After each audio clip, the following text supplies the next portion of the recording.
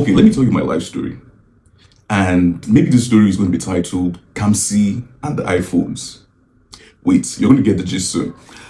I told you guys in my last video that I recently, moved. And while I was moving, I was packing some of my old stuff and I came across some of my old iPhones. And a lot of memories just came back. It reminded me of my very toxic relationship with my iPhone. I don't know if I'm the only person who doesn't just like to throw old stuff away, or we have a group chat where we should be placed. So I have a trajectory of my phones, okay, apart from the ones that actually got stolen, but I have a lot of them here, and I'm just going to be showing them to you. So this is the iPhone 4. This is iPhone 4. Or iPhone 3, I can't remember exactly. But this looks like the 4. I think this is the 4.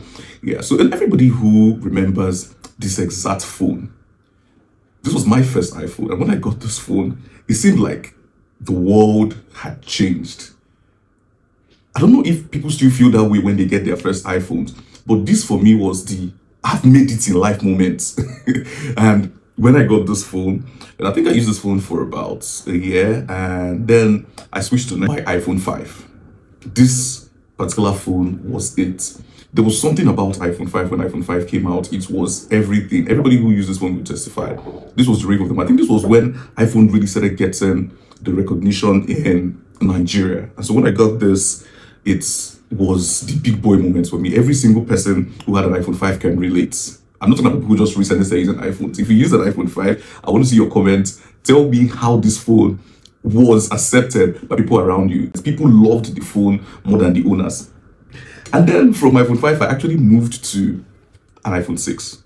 My iPhone 6 was one of my biggest buddies. Eventually, got spoiled. All the phones I'm showing actually got spoiled, at some point. And, really, but like I said, I don't like throwing stuff away. So I just keep them and they just keep reminding me of things. And so I just stash them away because I have a very toxic relationship with my phones and, I don't throw them away. And after the iPhone 6, I got an iPhone 7. This is an iPhone 7.